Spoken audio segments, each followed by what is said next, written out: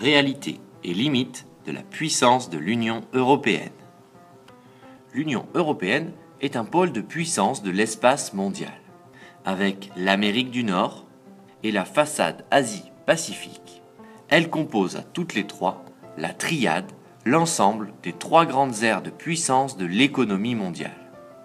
Actuellement, l'Union européenne est même le premier pôle commercial au monde et échange marchandises, capitaux, travailleurs et idées avec le monde entier, mais surtout avec les deux autres pôles de la triade.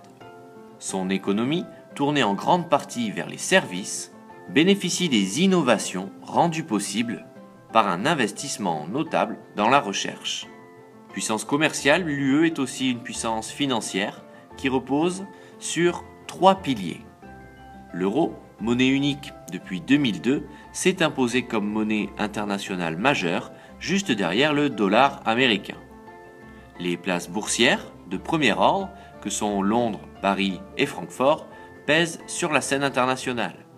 Enfin, l'Union européenne dispose de banques de dimension mondiale telles que HSBC, Santander ou BNP Paribas. L'UE se distingue aussi par son attractivité. Promotrice d'un idéal de liberté et de solidarité depuis sa création, elle attire un nombre croissant de migrants en quête d'une vie meilleure, de réfugiés fuyant les tensions et la guerre, des milliers de migrants qu'elle ne tend plus vraiment à accueillir les bras ouverts.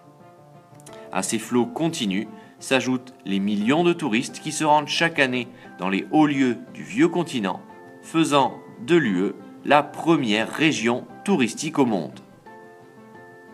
Si l'UE rayonne dans le monde et affirme sa puissance, elle reste néanmoins une puissance incomplète.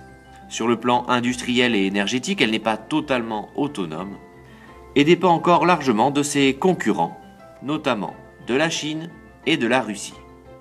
Sur le plan politique et diplomatique, l'Union européenne peine encore à parler d'une seule et même voix.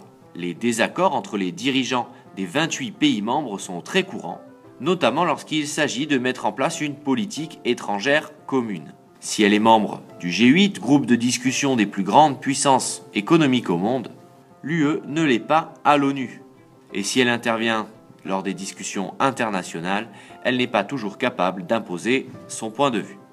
Limitée politiquement, elle est aussi fragilisée économiquement, car depuis 2007, les problèmes financiers de plusieurs pays membres, la Grèce en tête, et le chômage de masse se développent et laissent entrevoir les limites actuelles de l'Union qui doit désormais relever un de ses plus grands défis.